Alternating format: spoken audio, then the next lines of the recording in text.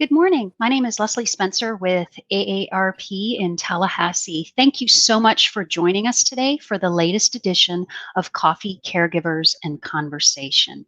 Today we're talking about caring for the caregiver, and I'm really thrilled and honored to have two wonderful experts with us today. First of all, I have Katiana Mazar. She is the project director of the Senior Citizen Law Project at Coast to Coast Legal Aid in South Florida, which provides free legal services to low-income seniors 60 and older, caregivers, and grandparents 55 and older in the Broward County area. She is responsible for compliance and administration of Title III of the Older Americans Act project, the Jim Moran Foundation Senior Continuum of Care project in partnership with the Goodman Jewish Family Services, and oversees the Victims of Crime Act grant for seniors. Also with me today is Sarah Barker. She is the supervising attorney at the Senior Citizens Law Project at Coast to Coast Legal Aid, working in connection with Katiana. Sarah provides outreach presentations at local senior centers to educate seniors on scams, fraud, and elder abuse. And recently she was featured on South Florida's CW Rebound program to discuss how individuals can protect themselves against scam and identity theft. I'm really thrilled to have these two ladies with me here today to provide information and resources for our attendees. Now, if you're joining us on Facebook and YouTube, you have the opportunity to ask a question of our experts during the webinar today. You can use the chat to put a question in, and we will monitor those. And at the end of their presentation, we will transition to Q&A to Katiana and Sarah. So without further ado, I am going to turn it over to Katiana, I believe, to lead us off. And again, thank you for being with us today. Thank you, Leslie. Good morning, everyone. Thank you for joining us. I have my coffee since it's Coffee in Conversation. Thank you, Leslie, for having us, and AARP for having Sarah and I this morning. We're here to talk briefly with you about the services that we provide to caregivers in the Broward County area. And there are services that are provided to caregivers in different parts of the state. We recommend that everyone would just contact their local legal aid office to see if those services are provided. As for our office, we're going to go to our part of our PowerPoint presentation which shows the requirements that are needed in order for someone to qualify for our services. So with the Senior Citizen Law Project, we provide free legal services, like Leslie stated earlier, and we provide assistance to seniors that are 60 and older and residing in the Broward County area. Caregivers who are 18 and older, they have to be a primary caregiver for seniors 60 and older who meets the requirements under the Department of Elder Affairs guidelines. And also grandparents 55 years of age or older who reside with a minor grandchild in the home. Next slide, please, Patty. Okay, for caregivers, what I just briefly mentioned is additional information about what is a primary caregiver. So a primary caregiver is a person 18 or older who regularly can be depended on to provide or arrange help as needed with activities of daily living and instrumental activities of daily living for a senior. So it's not someone who visits, it's someone who resides with the senior normally, and then they're there to assist the senior with cooking, cleaning, shopping, etc.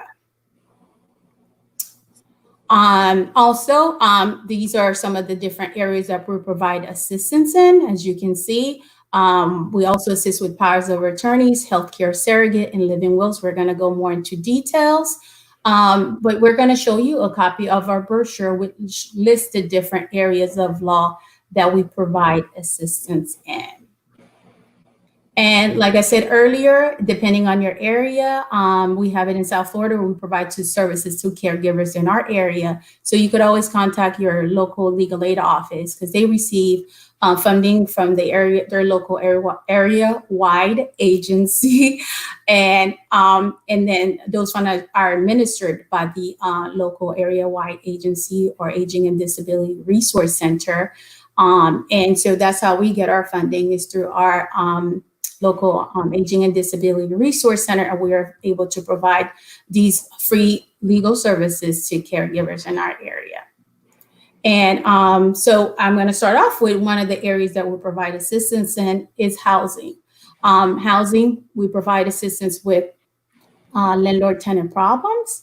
If someone is in public or subsidized housing, eviction defense. So right now we know with COVID, there's a lot of people that are in their homes that are concerned about being evicted because they're unable to pay their rent. So we know there's caregivers that are providing for their loved ones.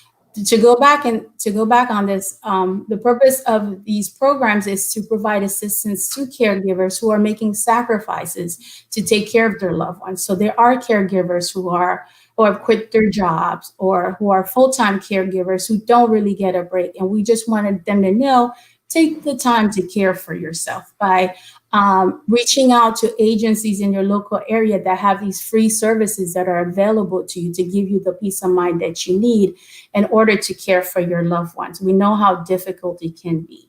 And there are also local senior centers and other agencies that provide caregiver support group meetings where the caregivers can go to get a little break if they need it. Right now, I know with COVID, most of our senior centers in South Florida are closed, but when they reopen and everything's back to normal, that is an option that is available to caregivers, because we tell the caregivers, take the senior to the senior center so that you can get a break and you can go get your hair done. You could meet a friend for coffee, or you can go get a massage, or there are other services where you can get a break with having someone that comes in, provide some type of care for the senior a few hours a day so that you can catch your break, or having someone to back you up, a backup person when you just need a little time to breathe, because we know how stressful it is to provide care for someone and at the same time trying to take care of your own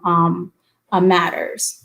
Also, we provide assistance in health and public benefits, such as food stamps. A lot of times we have clients who come to us because it's either themselves or the seniors that they're providing care for are not getting enough benefits and food stamps. Total, you get about $194 in food stamp. But if they want to know if they're eligible, we can assist with that. There's also long-term care. If they're looking for services where someone can come out to the home, they can always contact their local Aging and Disability Resource Center and apply for those services.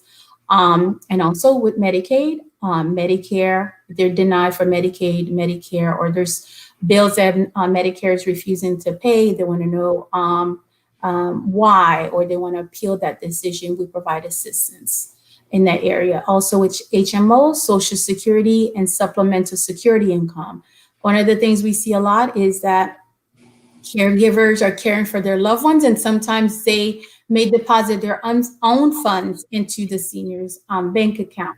And sometimes if the senior is getting SSI, that may cause an overpayment, because Social Security looks at it as the senior has access to this money. And if they're over resources, it's $2,000 for an individual and $3,000 for a couple. So if they're over resources or they're over income because the caregiver is depositing their paycheck or other funds into that same bank account and it causes it to go over, there might be an overpayment issue. Or the senior or the caregiver is not getting their Social Security retirement, or they've been notified of an overpayment or reduction in their payments. So I'll talk briefly. So that's my part. I'm going to pass it over to Sarah for now. Okay, hi, I am Sarah Barker. I'm one of the unit attorneys with the Senior Citizen Law Project. We, in the area of consumer law, while it affects seniors, it certainly affects non-seniors. So that would include non-senior caregivers. And again, as Katiana said, our goal is to assist caregivers with handling of these certain legal issues to, eliminate some of the stress so that you can focus on the caregiving of your family member, of the senior you're caring for. So for consumer issues that we help with, probably one of the most prominent is going to be home foreclosure defense. So in this situation, the home where you live is at risk. You're at risk of losing your primary residence. This could be because you're unable to pay your mortgage. Perhaps you lost your job recently due to COVID-19, or you're having other financial issues. Perhaps you can't work as much as you used to because you are a caregiver, and you're looking to see what options you have to avoid losing your home. So if you've fallen behind on your mortgage, your homeowners association maintenance payments, or your perhaps you're behind in property taxes. These are the types of problems that we see clients coming in with, along with their caregivers. So we can provide assistance in these areas. We can look at what your goals are with your home, what your income is, and see at that point where you are in terms of, has a foreclosure been filed? Are you just missing your first mortgage payment? Or did you receive a letter from your condominium association that you're behind in maintenance payments? So all those things we can assist with and try and help you get back on track and make those hard decisions, but provide that guidance. Especially right now, the handling of debt that you might have, credit card debt, medical debt, student loan debt. What can you do if you can't repay your debt? What options do you have? Many of you may have heard of bankruptcy, and what can bankruptcy do for you in terms of a Chapter 7 to discharge unsecured debt, or maybe looking at a Chapter 13. You've fallen behind in mortgage payments because of a temporary dip in income, and you now have income where you can repay those missed payments, but you simply can't make it lump sum. And a Chapter 13 could provide you with a mechanism to repay it over a 3-year or 5-year plan and keep your primary residence. So those are different options that we can, see what's best for the client. Many clients have questions because they have so many bills to pay. And so part of what we provide is debtor counseling. We can go through, what are you paying monthly? Is there something or some way to reduce your monthly bills? Do you qualify for food stamps or other benefits? Where can we free up income so that you have the best benefits available to you to buy food, to actually pay your bills and keep your home, keep your priorities, keep your lights on, and of course, as a caregiver, still provide the necessary care to the senior you're assisting. We also provide assistance if you're facing a garnishment. So someone is garnishing, a debt collector is garnishing your wages, or they've garnished your bank account. Please contact our office because we can assist with that. And there are some, depending on where you are in the process, some timelines involved. So if you've received any garnishment papers or notices of garnishment, you want to contact our office right away.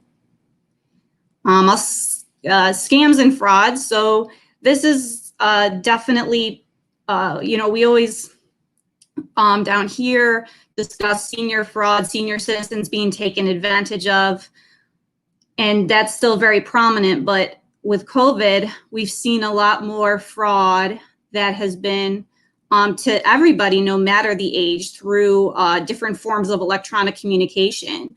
Maybe you received a weird text or a link to something in an email, and it looks like something that you should click on because it was sent by Amazon, and you order from Amazon all the time. Well, I do, but so it's these types of links that they want you to click on, and they end up being able to perhaps take your information.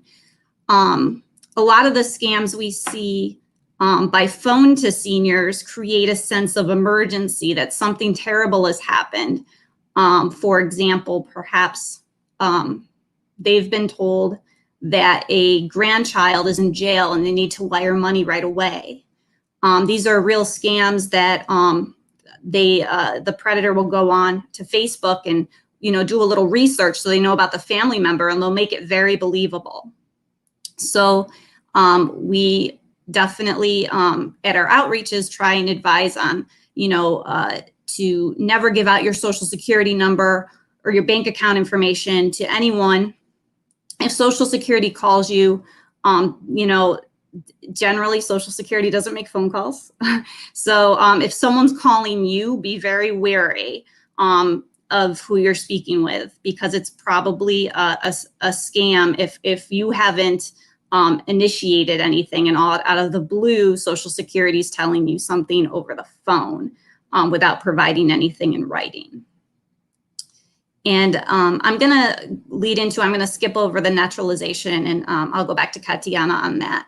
But for the abuse and exploitation, we do provide legal services in regards to elder abuse and exploitation. That may be helping somebody get a restraining order against an abusive family member. It may be a family member that is financially defrauding the senior.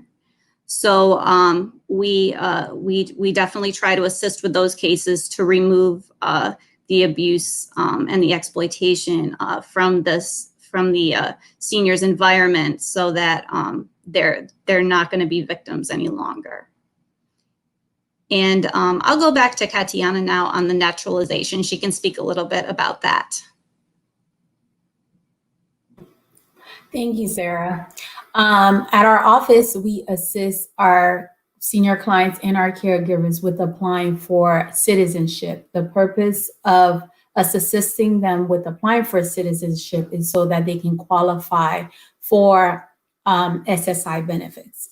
We see a lot with the caregivers, they're seeking help for the senior or for themselves because they applied with Social Security for retirement benefits, and they're told that they don't have sufficient quarters. You need at least 40 quarters in order to apply for retirement benefits. If you don't have 40 quarters, you're not going to be eligible. And so some people will seek to apply for SSI benefits. And sometimes Social Security, depending on when you came to the United States, if you came after August 1st of 1996, they might say that you need to be a US citizen in order to apply for benefits. So we see our clients that they've been in the country the last 10 years, they never really work in the US, so they want to get benefits because they have no source of income. The caregiver will say the senior's not getting any income at all. And so we will assist with the application process and assist with getting them a fee waiver so that they don't have to pay for the application. And if they don't speak English, they're unable to due to some type of mental impairment that prevents them from being able to study and learn. We will provide them with a medical waiver form that they submit to their doctor to complete. And if USCIS approves that form, then they don't have to take the exam. And if they approve the fee waiver form also, they don't have to pay for the application fee. We're very successful with helping our clients qualify for the fee waiver in the medical waiver form. And then afterwards, they're able to get SSI benefits as a result. And if they get the SSI, they will automatically get Medicaid benefits. Also, something that we help with are a lot of our caregivers. We find that some people do have them and some people don't. We're like, okay, you're caring for your loved ones. Do you have your necessary paperwork? Do you have a durable power of attorney? Do you have a healthcare surrogate for yourself? God forbid if something were to happen to you and there's COVID outside, this is a very scary time. Do you have your paperwork in order so that if you're in the hospital, someone can manage your finances, can pay your bills, your mortgage. And a lot of people don't have those documents prepared. So it is something that we assist with, and we do it for free. It's free of charge. I've gone to caregiver support group meetings, and I speak to caregivers who said, oh, I've already spent this much, thousands of dollars with a private attorney and got the paperwork done, which is great as long as they have the paperwork done. But a lot of them don't know we provide these services. So we wanted to come on to let you know that we do provide these services, and we do provide them for free, because your loved ones, so you're taking care of your loved ones, but you may have a family of your own and you have your own expenses. And without a durable power of attorney, there's a lot that can't, if you have a durable power of attorney, whoever is your agent, you assign as your agent, they can do things on your behalf. And if you no longer have capacity, they can't assist you. They can't go to the bank. They can't sell your real estate for you that you may want them. They may not be able to pay other expenses for you. And so what happens is that a probate action may be necessary, and they'll have to go through the courts in order to do that. We don't do the guardianship. We don't do guardianship at our office. So we try to encourage our clients, our caregivers, part of taking care of yourself is getting your documents in order, making sure you have these documents if something were to happen to you. I know I just keep saying it over and over because it's really important that you do have your documents in order. With healthcare surrogate, you need someone to make healthcare decisions for you if you're in the hospital due to COVID. We don't know, because we know the numbers are rising now. So it's possible you may get it. So we don't know. We hope you don't. And also living wills, do you want them to hook you up onto a machine that and keep you alive as long as possible? My mom tells me that all the time. That's what she wants. So you want to make sure that your wishes are honored and have your paperwork in order. And so I will, how much time do we have, Leslie? Do we have time for questions?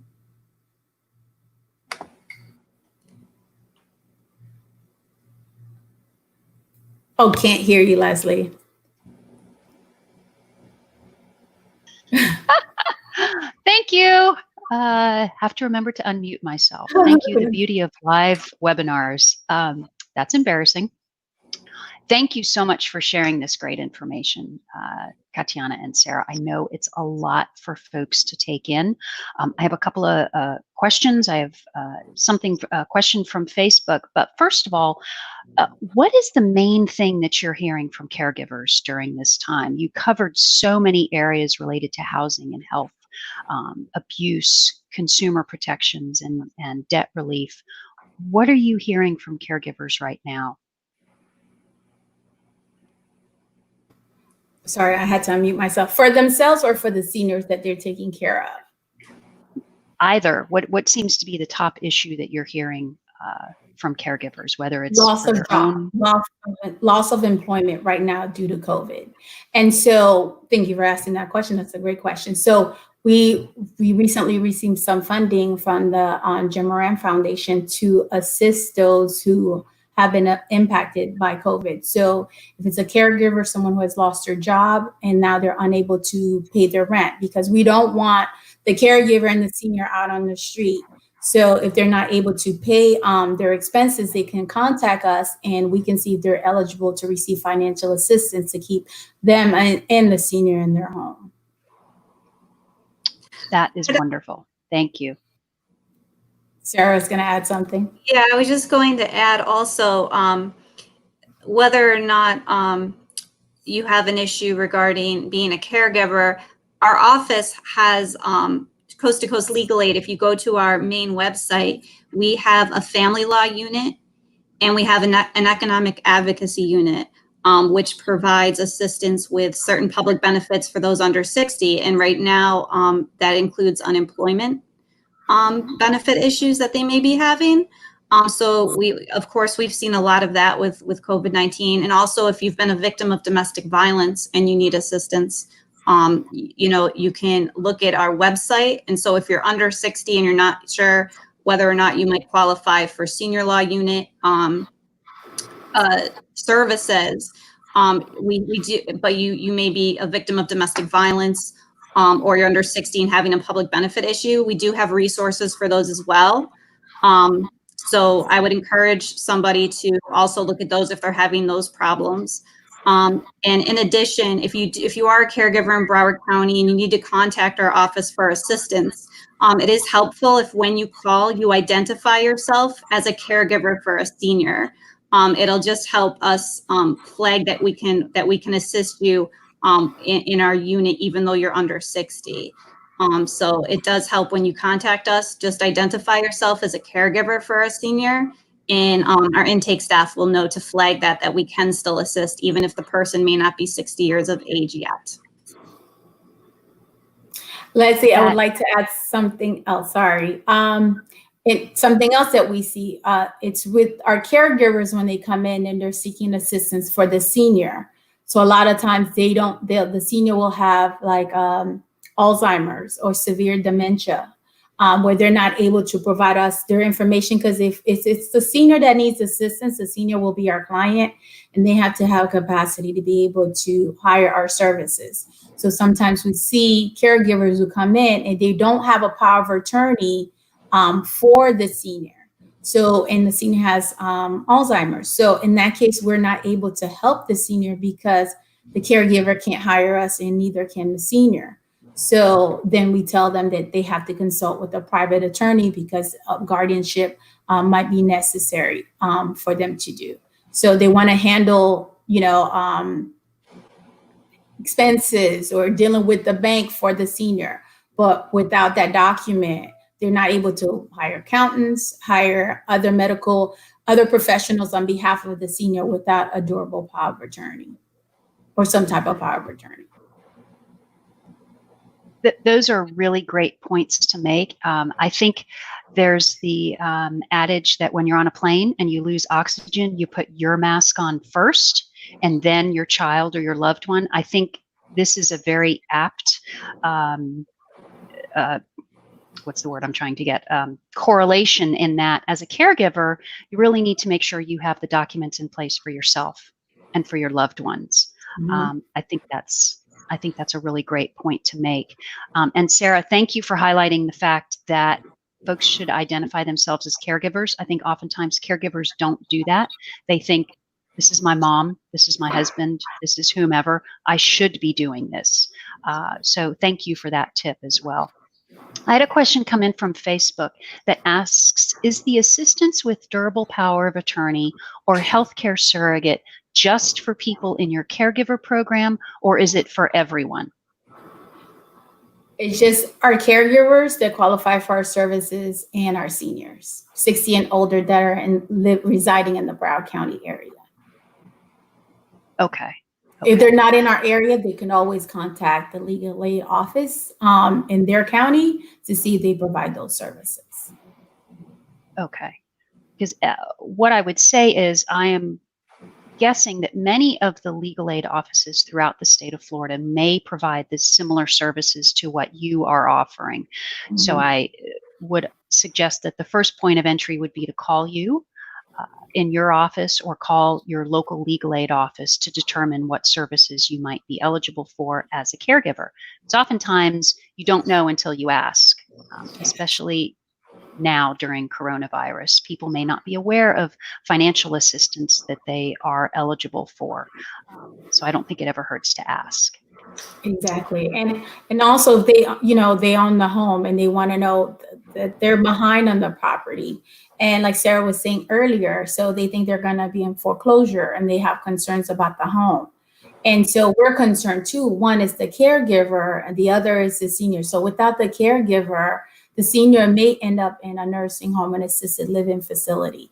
We know the caregiver doesn't want that. We don't want that either. So we really try to explore the options that they may be eligible for. We look to see if they qualify for a reverse mortgage. Sometimes people are not interested, but we try to explain to them at the time, it may be necessary because if it's the only way you can save your home and the homeowner is 62 and older and they have equity in the property, they may be eligible for a reverse mortgage. What the reverse mortgage does is allows them to remain in the home and they live off the equity and they don't have to make a mortgage payment every month, but they just have to pay their property taxes and insurance. So we always look at that option first. If someone comes to our office and says that they're struggling to make their mortgage payments. We're about trying to solve problems. We're not just going to enter your case. just to enter your case. So we're not charging you. So we're going to be honest with you. If there's a way to save it, we'll tell you. If there's no way to save it, we'll be honest with you. Thank you so much for that. We are just about out of time, so I wanted to see if either of you had any final closing comments or words of wisdom for our viewers today. I'll go first. I would just say that, again, the point of us assisting caregivers is because we know the sacrifice that you've given in other areas of your life to care for a loved one. And maybe you don't realize it, but it is making a big difference in that senior's life to have a caregiver. So if we can provide legal services on issues that keep you the best caregiver you can be, that's the point of this. Where I always say it's free to call us if you're not sure, would they help me with this? It's free to call us and ask. Sometimes it's not as easy as just having a list of things we handle. There's different legal issues that pop up. So if, don't hesitate to call us and we'll let you know if it's something we can assist with or not. And then the only other point I'll make is that, the sooner you address issues, the better. Sometimes it's hard when you have a lot going on, including being a caregiver, to push things aside. But a lot of times you have more options to work out problems the sooner you address them, especially when it comes to consumer issues. So I would just say to, if you even fall behind 1 month, don't hesitate to contact us with your mortgage. And we can say, hey, what happened? How can you get back on track? Or what options do you have? What's happening moving forward? The earlier, the better in contacting us if you have those types of issues. Great. I just want to add, take care of yourself, because this is about caregivers and self-care. So take care of yourself. Like I said earlier at the beginning, if you're the only caregiver, get a backup, get a family member, friend, someone you trust, reach out to your local agencies where you can apply to have an aide come a few hours a day to give you a little break. Do a little bit of yoga. I know, some areas in Florida, the gyms are open, some are not. Exercise, go for a walk. If you access YouTube, I work out of YouTube sometimes, and I go to the park down the street. Take some time to breathe, because I've been to caregiver support group meetings and they are out there. I don't know if they're meeting via Zoom, but I've attended some meetings, and it's really sad. And I go and I hug everyone, and I feel so bad for them, because I know they're making a big sacrifice and they're very stressed out. And so I've met caregivers who are seeing a therapist, because they're just trying to balance everything. So speak to someone, don't do it alone, and see what services are available in your local community to support you. We want to support you. We're here to support you, to let you know you're not alone, and that we appreciate what you're doing for your loved ones. Thank you both so much. Katiana and Sarah, thank you so much for being with us today and sharing the wealth of information that you have to assist caregivers. And I would say to all the caregivers out there, thank you. Thank you for everything you do each and every day to take care of your loved one. Please know that there is help available. For more information, you can go to the resources that Sarah and Katiana mentioned. You can also go to aarp.org/caregiving for more information and resources. And join us next week on July 8th, where our webinar will focus on finding joy during a pandemic. So I want to thank you for being with us today. Thank you for your time. Take care and stay healthy. Bye-bye.